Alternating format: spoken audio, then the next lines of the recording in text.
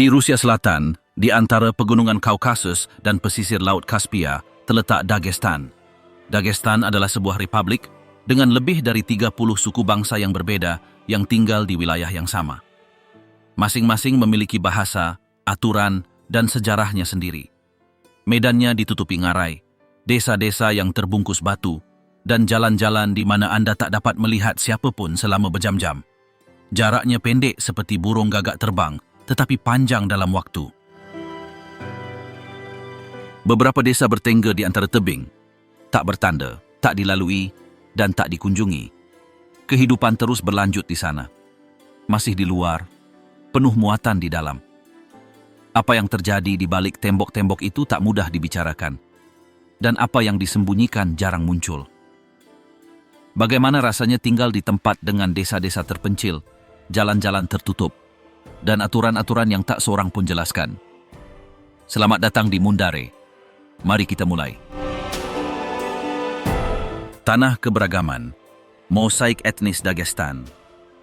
Dagestan adalah tempat di mana kelompok-kelompok manusia yang lebih beragam hidup berdampingan dibandingkan wilayah lain manapun di negara ini. Di wilayah Kaukasus ini, bukan hanya satu bahasa yang umum digunakan, melainkan puluhan bahasa.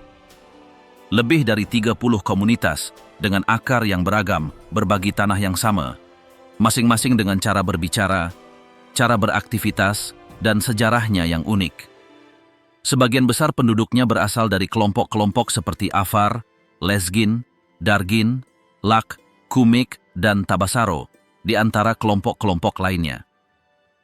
Masing-masing mempertahankan bahasa ibu mereka sebagai bagian penting dari identitas mereka. Meskipun bahasa Rusia digunakan di kantor atau sekolah, apa yang digunakan di rumah tetap menjadi bahasa kelompok tempat mereka berasal. Perpaduan suara ini menciptakan lingkungan di mana peralihan bahasa dari satu frasa ke frasa lainnya menjadi bagian dari kehidupan sehari-hari. Komunitas-komunitas ini tidak tersebar secara acak. Umumnya, setiap desa terkonsentrasi di wilayah tertentu. Suku Afar sebagian besar ditemukan di daerah pegunungan di barat. Suku Lezgin menempati wilayah selatan, dekat perbatasan dengan Azerbaijan. Suku Kumik tinggal lebih jauh ke utara, di daerah yang lebih datar. Suku Dargin tersebar di berbagai wilayah tengah dan timur. Pemisahan geografis ini berarti bahwa di banyak desa hanya satu bahasa yang digunakan, yang memperkuat persatuan internal kelompok tersebut. Keberagaman ini tidak menciptakan perpecahan terbuka, melainkan kebiasaan hidup berdampingan yang ditandai dengan rasa hormat antar komunitas. Meskipun terdapat perbedaan adat istiadat atau cara berpakaian, mereka umumnya menerima dan mengakui satu sama lain tanpa konflik serius. Percampuran keluarga antar penduduk desa yang berbeda juga terjadi, meskipun masing-masing biasanya mempertahankan bahasa dan tradisinya. Setiap kelompok mempertahankan bentuk organisasinya sendiri.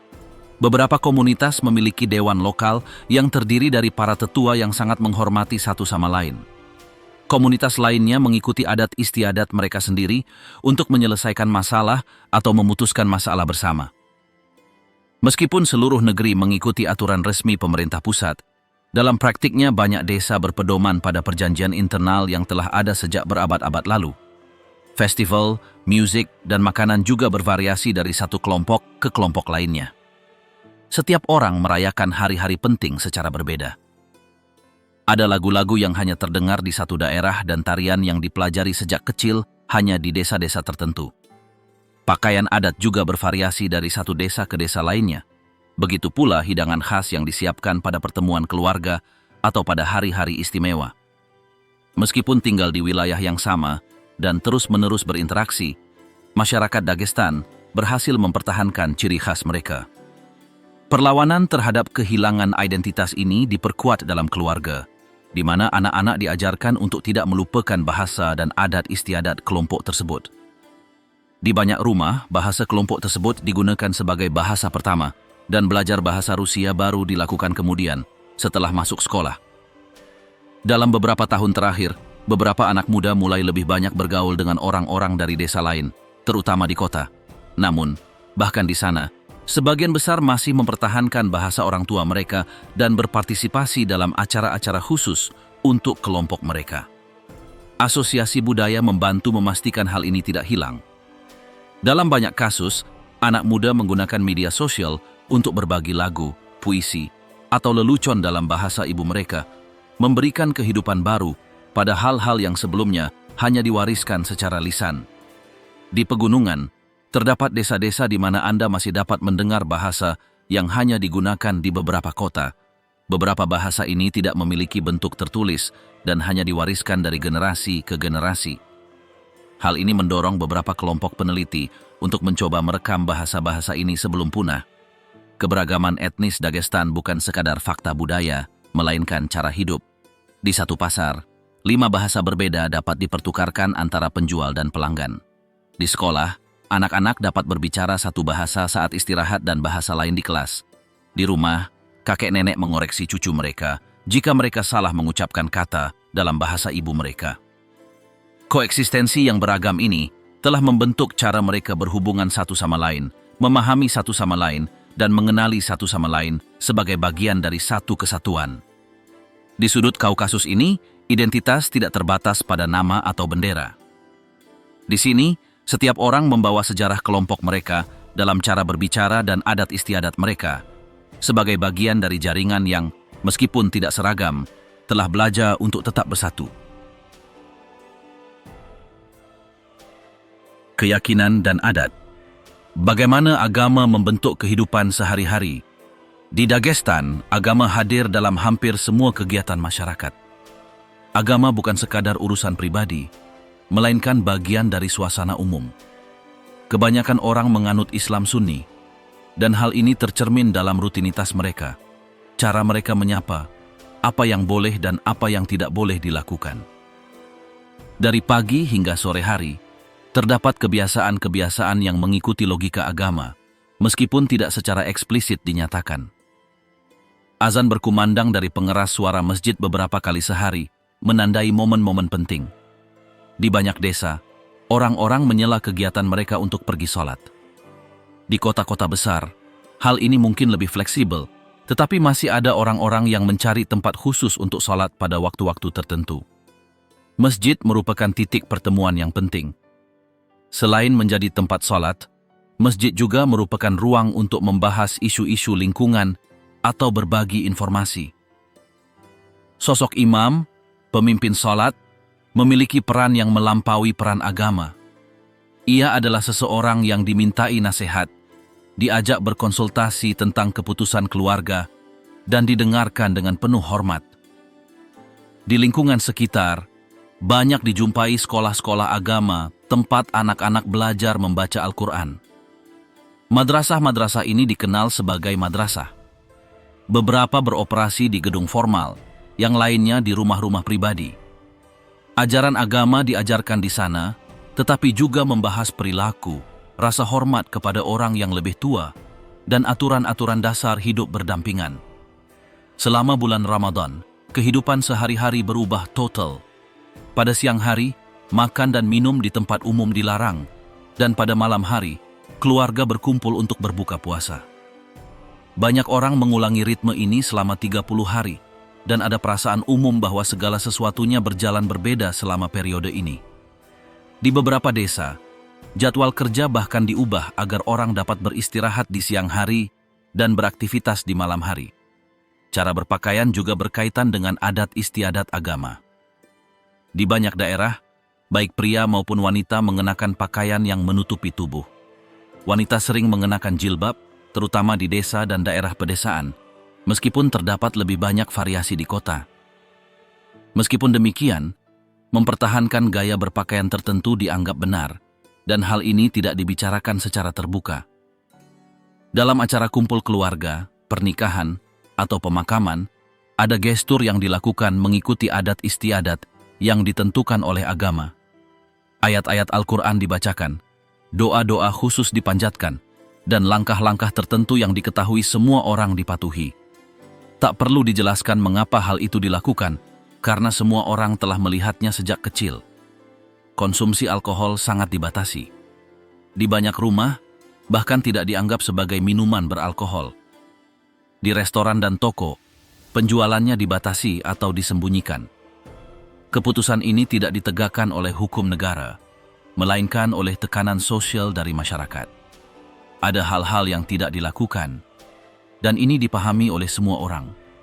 Dalam banyak keluarga, ayah memainkan peran penting sebagai pembimbing rohani. Ialah yang mengajarkan anak-anak salat pertama mereka, yang mengatur ritme salat di rumah, dan yang memutuskan apa yang boleh dan apa yang tidak. Terkadang ibu juga berpartisipasi dalam hal ini, terutama dalam mendidik anak perempuan. Menghormati orang tua berkaitan erat dengan menghormati apa yang mereka anggap benar menurut keyakinan mereka. Terdapat perbedaan antar komunitas, tetapi secara umum, agama bertindak sebagai landasan bersama. Bahkan di kalangan anak muda, banyak yang tetap menghormati norma-norma agama, meskipun mereka menggunakan media sosial atau tinggal di kota yang lebih terbuka. Beberapa menggabungkan praktik keyakinan mereka dengan pekerjaan modern, studi universitas, dan kontak dengan dunia luar. Agama bukanlah topik yang dipaksakan dari atas, melainkan sesuatu yang diwariskan secara alami dari generasi ke generasi. Agama dipelajari melalui pengulangan, misalnya, dengan mengamati perilaku orang tua atau mendengar ungkapan-ungkapan yang diulang-ulang di rumah.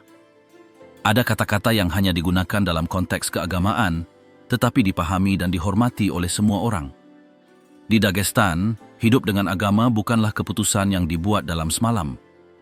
Agama adalah bagian dari proses pendewasaan, hubungan dengan orang lain, dan pemahaman dunia. Meskipun bentuknya berubah seiring waktu, fondasinya tetap kokoh. Dalam kehidupan sehari-hari, terdapat gestur, ungkapan, dan adat istiadat yang mengikuti alur yang sama. Cara memandang hidup yang menjadikan iman sebagai pedomannya.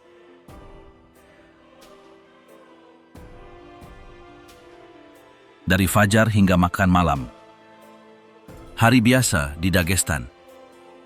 Rutinitas harian di Dagestan dimulai pagi-pagi sekali, ketika jalanan masih sepi. Di banyak rumah, hal pertama yang dilakukan orang adalah membuat teh. Sementara air mendidih, beberapa orang sudah bersiap-siap untuk bekerja, sementara yang lain sibuk membuka usaha keluarga atau mengurus ternak jika mereka tinggal di pedesaan. Di desa, kehidupan berjalan lambat. Keluarga seringkali tinggal berdekatan, dan saling menyapa di jalan menjadi bagian dari keseharian. Di kota, segalanya berjalan lebih cepat. Lalu lintas meningkat di pagi hari, dan orang-orang bergegas pergi ke kantor, pabrik, atau sekolah. Meskipun kondisi alam bervariasi di setiap tempat, struktur kegiatan sehari-hari memiliki pola yang sama. Banyak pria bekerja di konstruksi, transportasi, atau perdagangan. Beberapa bekerja mandiri, menjual buah, suku cadang, atau pakaian di pasar. Yang lainnya bekerja di lembaga negara. Di sisi lain, perempuan mengurus rumah, mengasuh anak, atau membantu usaha keluarga. Di kota, banyak juga yang berprofesi sebagai guru, dokter, atau pekerja kantoran. Sarapan biasanya sederhana. Roti buatan sendiri, mentega, keju, dan teh hangat. Di daerah pedesaan, susu segar masih disiapkan. Makanan disantap bersama keluarga jika memungkinkan. Jika seseorang bekerja jauh, mereka membawa bekal yang telah disiapkan sejak pagi. Di banyak tempat, berbagi makanan masih menjadi tradisi. Menjelang siang, pasar ramai dengan aktivitas. Buah-buahan, sayur-sayuran, daging, dan hasil bumi lokal dijual. Para pedagang mengenal pelanggan mereka, dan percakapan menjadi bagian dari rutinitas. Tawar-menawar juga umum, terutama di desa-desa. Di kafe, para pria duduk dan mengobrol, minum teh, dan membahas berita hari itu. Para siswa pulang sekolah pada siang hari. Mereka mengenakan seragam, buku catatan, dan ransel usang. Beberapa berjalan kaki pulang, yang lain naik minibus. Makan siang menanti mereka di rumah, biasanya berisi nasi, sup, atau semur daging. Setelah makan, anak-anak beristirahat sejenak, lalu mengerjakan pekerjaan rumah. Para lansia terkadang membantu pekerjaan rumah atau bermain di luar. Pada sore hari, banyak yang memanfaatkan waktu untuk berbelanja, mengunjungi kerabat, atau mengurus dokumen. Di kantor-kantor publik, antrean panjang untuk urusan administrasi. Di salon, orang-orang bergosip tentang segala hal. Di rumah, perempuan menyiapkan makan malam dan membersihkan area umum. Pekerjaan rumah tangga dibagi di antara beberapa generasi. Tempo berubah saat matahari terbenam. Di desa-desa, lampu-lampu dinyalakan perlahan dan jalanan kosong. Di kota-kota, orang-orang terus beraktivitas meskipun dengan tempo yang lebih lambat. Di beberapa lingkungan, anak-anak muda berkumpul untuk mendengarkan musik, berjalan-jalan, atau terhubung ke internet. Alun-alun dipenuhi anak-anak yang bermain, pasangan-pasangan yang mengobrol, dan orang tua yang duduk diam. Makan malam adalah waktu yang penting. Makan malam menyatukan semua orang yang keluar di siang hari. Roti hangat, daging, nasi, atau kue kering lokal disajikan. Setelah makan, orang-orang mengobrol, membahas apa yang terjadi, atau menyalakan televisi. Di beberapa rumah, doa sebelum tidur dipanjatkan sebagai bagian dari rutinitas keluarga. Kebanyakan orang tidur lebih awal. Keesokan harinya, mereka harus memulai dari awal lagi. Mereka yang tinggal di daerah terpencil harus bangun lebih pagi lagi untuk menempuh jarak jauh dengan berjalan kaki atau dengan transportasi yang tidak aman. Di musim dingin, udara dingin memaksa kita untuk lebih teratur, dan di musim panas, udara panas mengubah jadwal kita. Namun secara umum, semuanya mengikuti siklus yang ditandai oleh kebutuhan, rasa hormat, dan adat istiadat. Di Dagestan, rutinitas sehari-hari tidak ditentukan oleh kemewahan atau banyaknya pilihan. Rutinitas sehari-hari adalah tentang melakukan apa yang perlu, menjaga rumah tetap rapi, dan menghabiskan waktu bersama orang lain. Setiap hari serupa dengan hari sebelumnya, tetapi memiliki detail uniknya sendiri. Sapaan, percakapan, hidangan istimewa, atau kunjungan tak terduga. Kumpulan hal-hal kecil inilah yang membangun kehidupan ribuan orang di wilayah ini.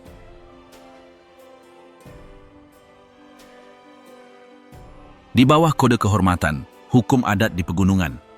Di banyak wilayah Dagestan, terutama di pegunungan, keputusan penting tidak diputuskan di kantor atau oleh pengacara. Di sana, yang penting adalah adat. Seperangkat aturan kuno yang telah dianut masyarakat selama beberapa generasi. Aturan ini tidak tertulis dalam buku resmi manapun, tetapi semua orang tahu apa yang diharapkan dan bagaimana bertindak. Adat bukan sekadar seperangkat aturan. Adat adalah cara hidup yang didasarkan pada rasa hormat, hak atas kebaikan bersama, dan keseimbangan antar keluarga.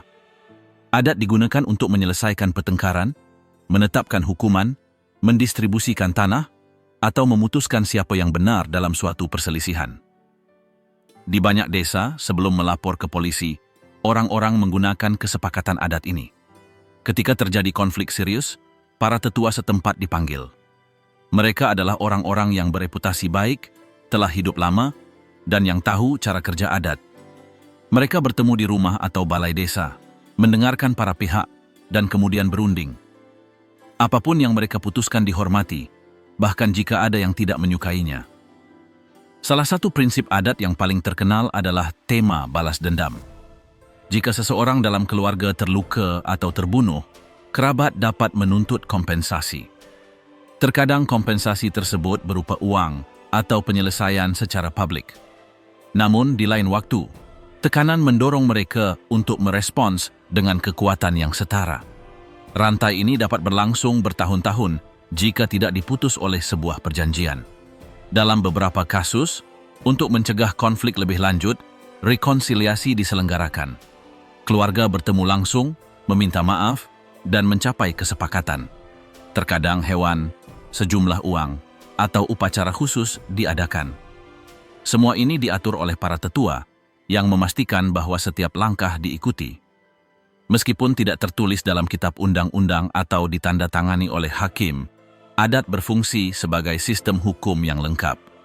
Setiap keputusan menciptakan preseden, dan preseden tersebut diingat oleh para tetua sebagai contoh untuk diikuti atau dihindari. Tidak ada arsip, tetapi ingatan kolektif memainkan peran tersebut. Hal ini memastikan bahwa aturan tidak hilang seiring waktu. Di beberapa desa, adat diajarkan sejak kecil. Tidak ada kelas atau buku, tetapi contoh ada di mana-mana. Anak-anak mendengarkan para tetua bercerita tentang kasus-kasus masa lalu, belajar apa yang harus dilakukan dan apa yang harus dihindari. Ketika mereka dewasa, mereka sudah tahu bagaimana menavigasi aturan-aturan tak tertulis ini. Meskipun ada hukum negara, di banyak desa hukum tersebut tidak ditegakkan secara harfiah. Pihak berwenang tahu bahwa adat beroperasi sebagai sistem paralel. Terkadang mereka menerimanya, di lain waktu mereka mencoba mengendalikannya, tetapi dalam praktiknya mereka hidup berdampingan. Di banyak tempat, polisi hanya turun tangan jika kesepakatan masyarakat gagal.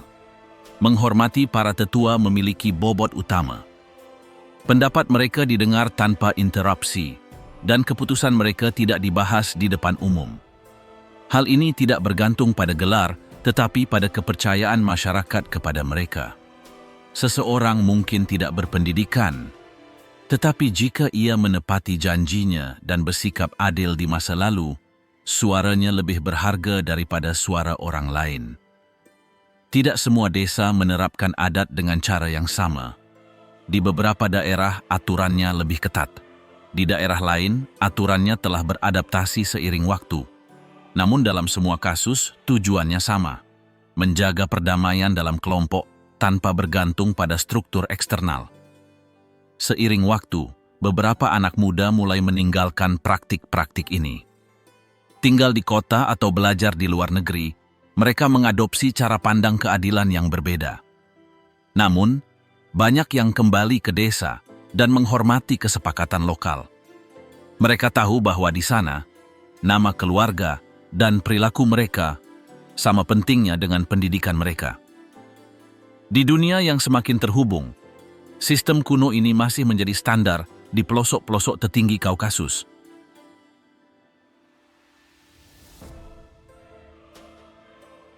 Topik terlarang. Apa yang dijauhkan di Dagestan? Di Dagestan ada situasi yang disadari semua orang, tetapi sengaja dihindari. Bukan karena ada hukum yang melarangnya, tetapi karena adat istiadat yang mengharuskan beberapa hal tidak boleh dibicarakan secara terbuka. Di banyak rumah, topik-topik tertentu tidak dibicarakan ketika orang dewasa yang lebih tua hadir. Pendekatan ini membangun norma sosial yang kuat. Salah satu topik yang paling menonjol adalah identitas seksual. Di wilayah Kaukasus ini, setiap perilaku yang menyimpang dari pola yang biasa ditolak tanpa diskusi. Mereka yang mengidentifikasi diri secara berbeda memahami sejak awal bahwa yang terbaik adalah tidak mengungkapkan diri. Banyak yang memilih untuk pergi daripada mengekspos diri mereka ke lingkungan sekitar. Topik lain yang sering diabaikan dalam percakapan adalah kesehatan mental. Orang yang menghadapi kecemasan, kesedihan, atau stres jarang mengungkapkannya di depan umum. Membicarakannya dianggap sebagai tanda kelemahan, dan banyak yang lebih suka diam untuk menghindari penghakiman. Perawatan psikologis jarang disebutkan, dan mencari bantuan profesional dapat dianggap tidak perlu atau memalukan. Kekerasan dalam keluarga adalah topik lain yang masih dibatasi. Meskipun ada beberapa kasus yang diketahui, sebagian besar kasus tetap berada dalam ranah pribadi. Menjaga rasa hormat keluarga diutamakan, meskipun itu berarti meninggalkan orang yang terdampak tanpa dukungan. Seringkali disarankan untuk menghindari pengaduan resmi dan menyelesaikan masalah di rumah. Dinamika ini memudahkan pengulangan banyak episode tanpa intervensi. Di desa-desa kecil, di mana semua orang saling mengenal, fakta pribadi menyebar dengan cepat. Oleh karena itu, banyak orang memilih untuk menyembunyikan beberapa aspek kehidupan mereka. Mereka menyesuaikan perilaku dan bertindak sesuai harapan untuk menghindari komentar dari orang-orang di sekitar mereka. Penampilan menjadi lebih penting daripada keputusan pribadi. Cara hidup ini menuntut ketegangan yang konstan, mengetahui bahwa setiap detail dapat mengubah persepsi orang lain. Pengekangan tidak hanya terjadi dalam kehidupan keluarga, ada juga batasan yang jelas di media. Reporter memiliki pemahaman yang jelas tentang jenis konten apa yang dapat mereka publikasikan dan topik apa yang harus mereka hindari. Jika mereka melewati batas tertentu, mereka berisiko kehilangan pekerjaan atau menerima peringatan. Di banyak ruang redaksi, orang-orang bertindak hati-hati, tahu persis nada apa yang harus digunakan. Mempertanyakan figur otoritas, bahkan yang lokal, juga jarang terjadi. Terdapat kombinasi antara rasa hormat dan rasa takut. Di wilayah-wilayah yang pernah terjadi konflik, gesekan dihindari. Kritik keras hanya diberikan di ruang tertutup, di antara kenalan. Di lingkungan terbuka, tak seorang pun ingin dikucilkan karena mencari masalah. Keputusan pribadi yang menyimpang dari norma sosial, seperti menolak perjodohan atau mengikuti profesi yang kurang disukai, juga dapat memicu penolakan. Mereka yang melakukannya tahu bahwa mereka tidak akan menghadapi penolakan negara, tetapi mereka akan menghadapi perlawanan dari orang-orang terdekat. Untuk menghindari reaksi ini, banyak orang menyesuaikan diri dengan apa yang diharapkan dari mereka. Di kelas, beberapa materi tidak dibahas. Guru mengikuti pedoman resmi tetapi seringkali mengabaikan isu-isu sensitif. Tidak ada ruang untuk membahas kesetaraan, hak individu, atau struktur keluarga yang berbeda. Pengajaran tetap berfokus pada hal-hal mendasar, tanpa memasuki area yang mungkin memicu perdebatan. Pada pertemuan keluarga atau perayaan komunitas, berhati-hatilah untuk tidak membahas topik-topik yang dapat menimbulkan gesekan. Semua orang tahu topik mana yang dapat diterima dan mana yang harus dihilangkan. Kesepakatan diam-diam inilah yang mengatur diskusi. Melanggar keseimbangan ini dapat menimbulkan konsekuensi, mulai dari komentar yang menyakitkan hingga pengucilan atau perselisihan serius. Anak muda yang kembali setelah tinggal di tempat lain membawa perspektif baru, tetapi mereka cepat belajar beradaptasi dengan lingkungan setempat. Di ruang terbuka, mereka bertindak sesuai aturan, meskipun memiliki pandangan yang berbeda. Jika terjadi perubahan, biasanya terjadi secara bertahap, tanpa konfrontasi langsung. Penanganan topik-topik tertentu yang cermat ini membantu menjaga keharmonisan internal. Ini bukan tentang menyangkal apa yang terjadi, melainkan memprioritaskan stabilitas komunitas di atas apapun yang dapat mengganggu tatanan yang ada. Sejak kecil, orang belajar tentang batasan, bagaimana berperilaku tanpa menimbulkan ketegangan, dan cara-cara untuk tetap terintegrasi dalam kelompok.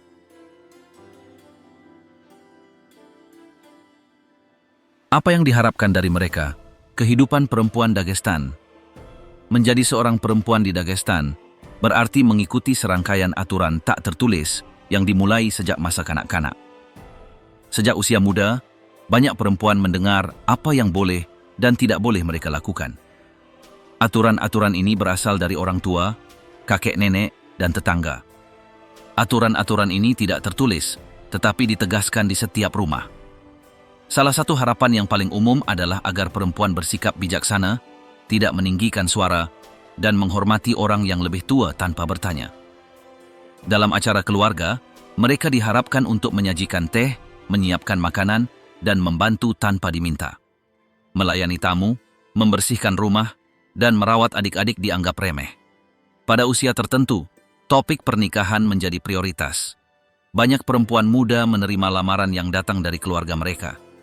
Mereka tidak selalu mengenal pria yang dilamar, tetapi mereka diberitahu bahwa dia adalah pasangan yang cocok, bahwa dia memiliki pekerjaan, dan bahwa keluarga menyetujuinya.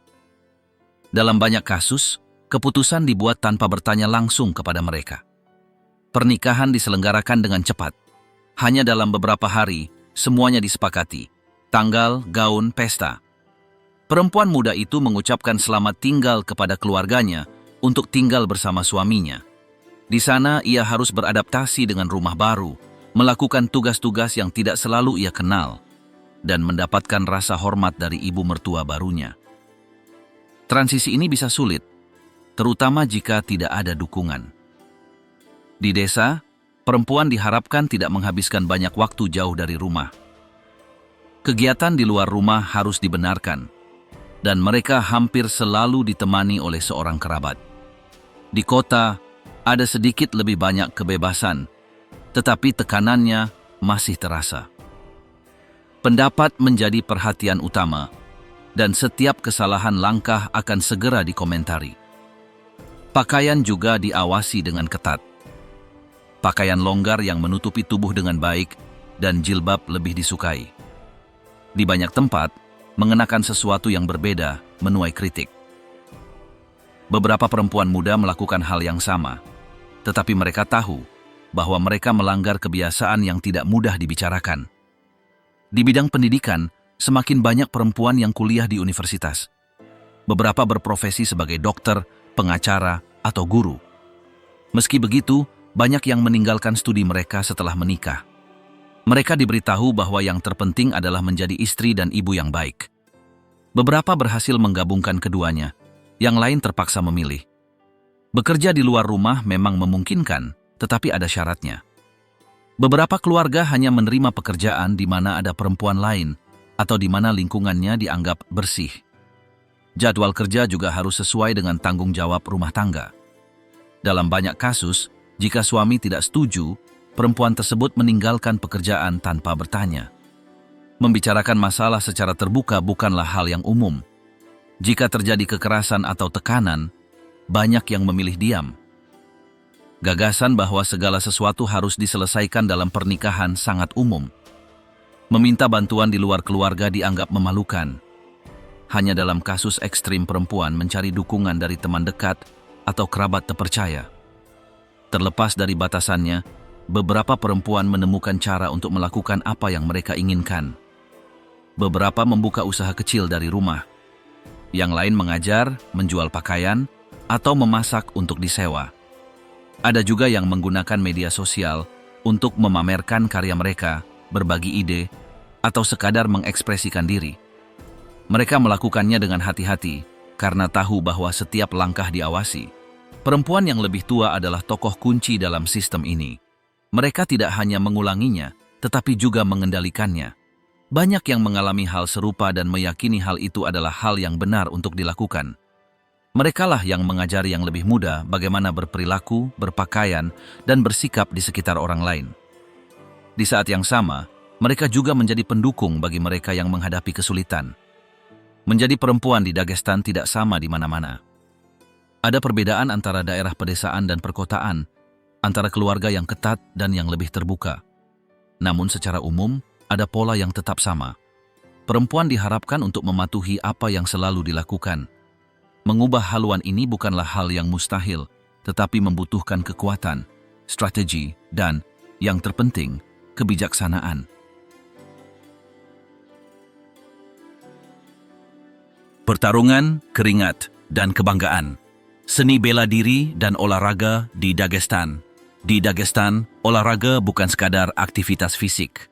Bagi banyak orang, olahraga adalah pelampiasan, jalan yang jelas, dan bentuk penghormatan. Sejak kecil, ribuan anak muda berlatih dengan disiplin, terutama gulat, tinju, judo, dan sambo. Matras latihan, tikar tatami tua, dan sasana-sasana darurat menjadi bagian dari kehidupan sehari-hari. Gulat adalah olahraga dengan sejarah terpanjang di wilayah ini. Terdapat klub-klub di hampir setiap desa, dan pelatih lokal merupakan tokoh yang sangat dihormati. Beberapa adalah juara di masa muda mereka, yang lain belajar dari orang tua mereka. Mereka berlatih dengan apapun yang mereka miliki, matras usang, beban buatan sendiri, pakaian pinjaman. Yang penting adalah usaha, bukan kemewahan. Sejak usia dini, anak-anak belajar untuk bertahan, jatuh, dan bangkit kembali. Mereka berlatih sebelum atau sesudah sekolah. Beberapa berjalan beberapa kilometer untuk pergi ke sasana. Yang lain berlatih di halaman, garasi, atau ruang keluarga yang kosong. Komitmennya teguh, bahkan tanpa dukungan eksternal. Keluarga mendorong, dan masyarakat mengawasi. Ketenaran Dagestan dalam olahraga bela diri bukanlah hal baru. Di turnamen nasional, para petarungnya kerap meraih posisi puncak. Di kompetisi internasional, nama-nama Dagestan muncul di podium, mulai dari kejuaraan remaja hingga olimpiade. Banyak atlet ini berasal dari keluarga sederhana dan desa terpencil, tetapi mereka memiliki tekad yang kuat. Dalam beberapa tahun terakhir, seni bela diri campuran juga semakin populer. Beberapa petarung Dagestan memasuki dunia liga-liga besar, seperti UFC, dan memenangkan gelar yang membuat wilayah tersebut dikenal secara global. Yang paling terkenal adalah Khabib Nurmagomedov, yang menjadi sosok yang diikuti jutaan orang. Citranya melintasi batas dan memperkuat kebanggaan lokal. Ketenaran ini mendorong ribuan anak muda untuk mengikuti jejaknya. Semakin banyak sekolah, pelatih, turnamen, dan tempat latihan bermunculan. Meskipun tidak semuanya berhasil, prosesnya sendiri menjadi penting. Latihan mengajarkan disiplin, rasa hormat, dan pengendalian diri terhadap tubuh dan pikiran. Latihan juga menjauhkan orang dari jalur berbahaya. Di banyak lingkungan, pusat kebugaran berfungsi sebagai pusat sosial. Di sana, orang-orang berdiskusi tentang apa yang terjadi, saling mendukung, dan persahabatan yang erat pun terjalin.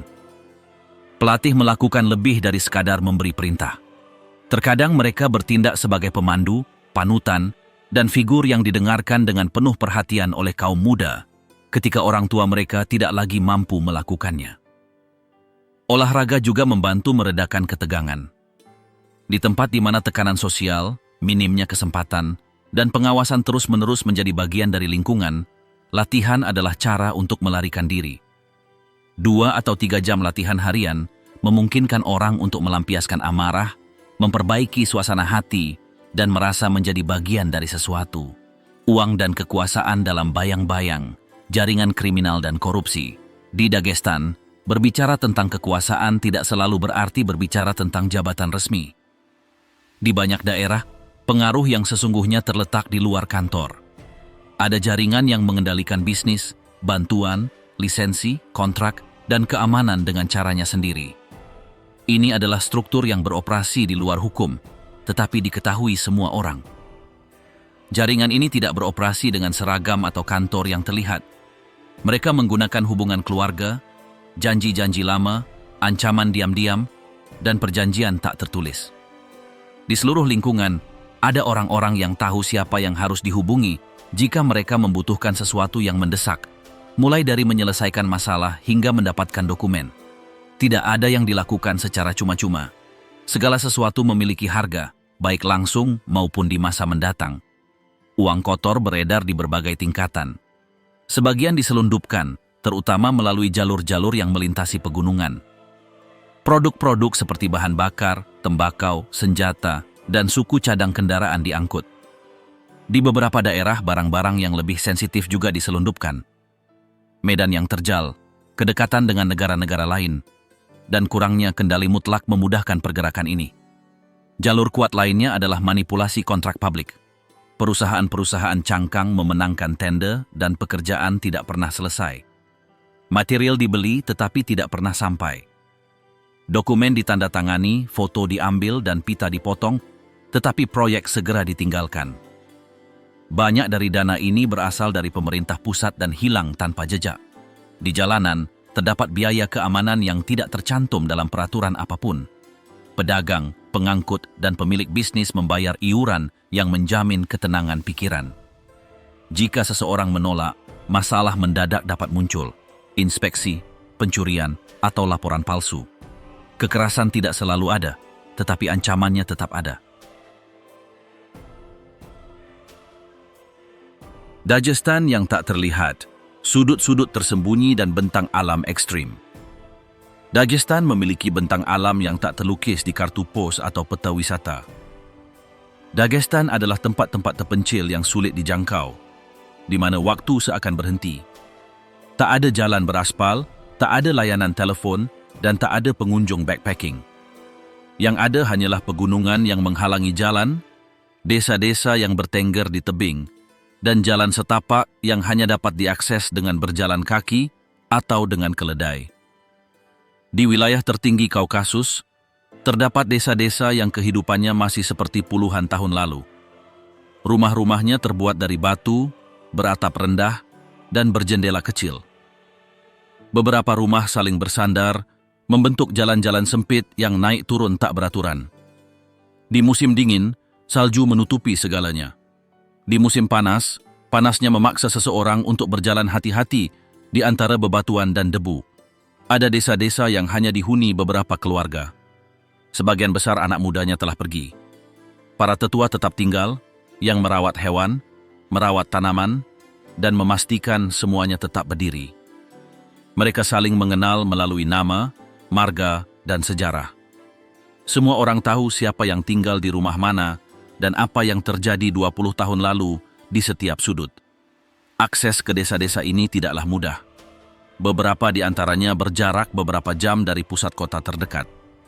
Untuk mencapainya, Anda harus menyeberangi jembatan gantung, jurang, dan jalan setapak tak bertanda. Saat hujan, jalan setapak berubah menjadi lumpur murni. Saat berkabut, Anda hanya dapat melihat lebih dari 2 meter ke depan. Namun mereka yang tinggal di sana sudah terbiasa.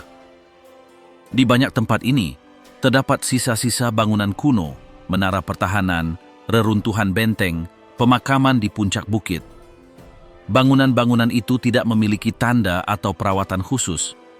Bangunan-bangunan itu ada di sana, sunyi, menahan laju waktu. Tak seorang pun mengunjunginya, tetapi mereka adalah bagian dari lanskap dan memori lokal. Ada juga gua-gua dalam yang digunakan sebagai tempat persembunyian, gudang, atau tempat berlindung selama konflik di masa lalu. Beberapa setengah tertutup, yang lain menganga di antara bebatuan. Anak-anak setempat mengenalnya dan memasukinya tanpa rasa takut.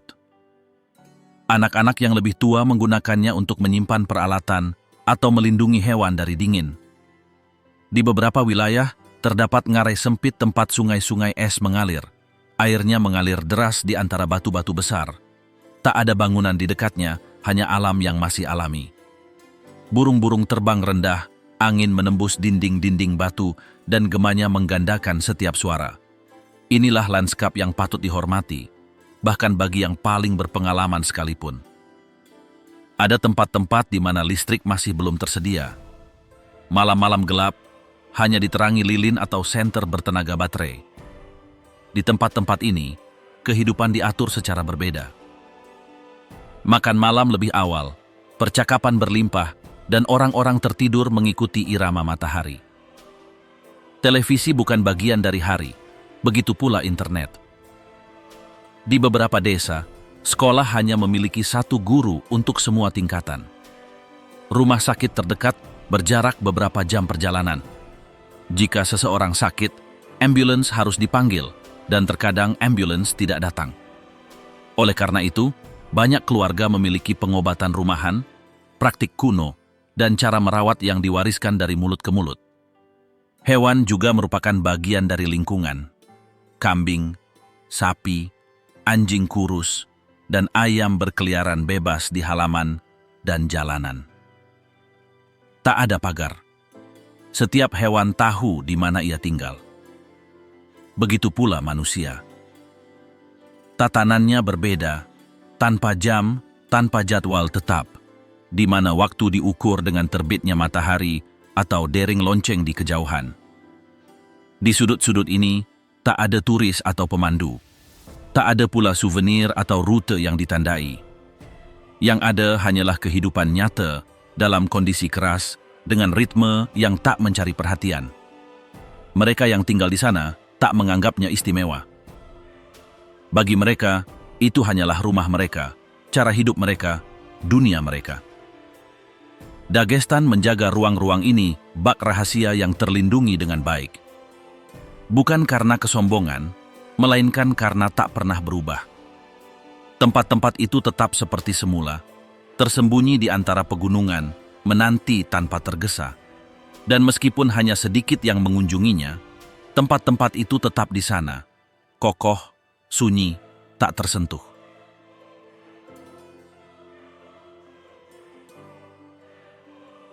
Koneksi Kaukasus.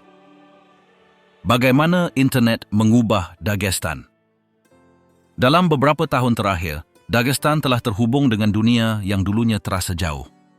Apa yang tidak datang melalui jalan darat atau kereta api kini hadir secara daring. Internet mengubah cara orang mendapatkan informasi, cara mereka berkomunikasi, dan bahkan cara mereka menampilkan diri kepada orang lain. Hal ini tidak terjadi sekaligus, tetapi kini hampir ada di mana-mana. Di perkotaan, anak muda sering terlihat memegang ponsel, memeriksa media sosial, menonton video, atau mengirim pesan teks. Bahkan di desa-desa terpencil yang sinyalnya lemah, mereka mencari titik-titik yang tepat di mana ponsel mereka dapat terhubung. Mereka memanjat batu, memanjat atap, atau mendaki bukit untuk mendapatkan sinyal. Media sosial telah menjadi bagian dari kehidupan sehari-hari. Instagram, TikTok, Telegram, dan YouTube adalah ruang tempat orang Dagestan berbagi resep, tarian, olahraga, lelucon, refleksi, dan berita. Ruang-ruang ini juga digunakan untuk memamerkan pernikahan, pesta, atau momen keluarga. Apa yang dulu terbatas di rumah kini dapat dilihat di mana-mana. Banyak anak muda menggunakan ruang-ruang ini untuk menunjukkan apa yang mereka lakukan. Ada atlet yang merekam rutinitas mereka, musisi yang bernyanyi dalam bahasa daerah mereka, juru masak yang menunjukkan cara memasak hidangan tradisional. Ada juga influencer yang berbicara tentang mode, kehidupan pedesaan, atau perjalanan. Beberapa dari mereka memiliki ribuan pengikut baik di dalam maupun luar negeri. Berkat internet, para talenta yang sebelumnya hanya tinggal di lingkungan mereka kini menjangkau negara lain. Beberapa pengguna menghasilkan uang dari unggahan mereka. Yang lain menggunakan akun mereka untuk mencari klien, menjual produk, atau mempromosikan layanan. Bagi banyak orang, internet bukan sekadar jendela. Internet juga merupakan sumber pendapatan. Kehadiran internet juga telah mengubah cara orang-orang di Dagestan memandang dunia. Orang-orang kini membandingkan gaya hidup, gaya, berita, dan opini. Anak muda yang belum pernah meninggalkan negara mereka tahu bagaimana rasanya tinggal di kota lain. Mereka belajar bahasa sendiri, menemukan ide-ide baru, dan terhubung dengan orang-orang yang berpikir berbeda. Keterbukaan ini menciptakan konflik. Di rumah-rumah yang menjunjung tinggi tradisi, melihat putra atau putri mereka memamerkan diri di media sosial dapat menimbulkan ketegangan. Beberapa keluarga merasa tidak nyaman dengan video, tarian, komentar, atau pakaian yang ditampilkan oleh beberapa anak muda. Yang lain mencoba membatasi unggahan atau memeriksa ponsel tanpa izin. Di ranah sosial, internet juga digunakan untuk membicarakan hal-hal yang sebelumnya dirahasiakan. Meskipun dilakukan dengan hati-hati, ada akun-akun anonim yang mengkritik keputusan politik, mengungkap penyalahgunaan wewenang, atau membahas topik-topik tabu. Beberapa unggahan dengan cepat dihapus. Lainnya dibagikan ribuan kali sebelum ada yang menghentikannya.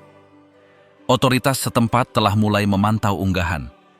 Ada beberapa kasus orang ditangkap karena komentar yang dianggap menyinggung atau karena mengunggah konten berbahaya. Hukumannya bervariasi, mulai dari denda hingga interogasi. Namun, banyak yang terus bersuara, meskipun dengan nama samaran dan profil palsu. Sekolah juga merasakan perubahan ini. Guru menyadari bahwa siswa memiliki akses ke banyak informasi, meskipun mereka tidak selalu tahu cara menggunakannya. Beberapa siswa mengoreksi guru, yang lain menyalin tugas dari ponsel mereka. Di saat yang sama, ada proyek pendidikan yang menggunakan platform digital untuk mengajar jarak jauh atau berbagi materi. Tradisi belum hilang, tetapi kini hidup berdampingan dengan dunia digital yang berkembang pesat. Di rumah yang sama, seorang kakek mungkin sedang bercerita tentang pegunungan sementara seorang cucu merekam video untuk diunggah ke media sosial. Perubahan ini memang tidak mudah, tetapi kini menjadi bagian dari rutinitas. Di Dagestan, internet telah menembus pegunungan, kabel-kabel tua, dan pemadaman listrik. Internet datang tanpa izin dan menetap. Tidak semua orang menggunakannya dengan cara yang sama, atau untuk tujuan yang sama, tetapi dampaknya jelas. Internet mengubah cara orang memandang diri sendiri, cara mereka menampilkan diri kepada orang lain, dan cara mereka membayangkan apa yang akan terjadi selanjutnya. Dengan demikian, di antara tradisi yang kuat dan perubahan yang datang tanpa peringatan, Dagestan terus membangun masa kininya. Setiap desa, setiap kisah, dan setiap gestur sehari-hari merupakan bagian dari tempat di mana masa lalu berdampingan dengan yang baru, namun tetap mempertahankan jati dirinya. Sebuah sudut unik Kaukasus, serumit kenyataan.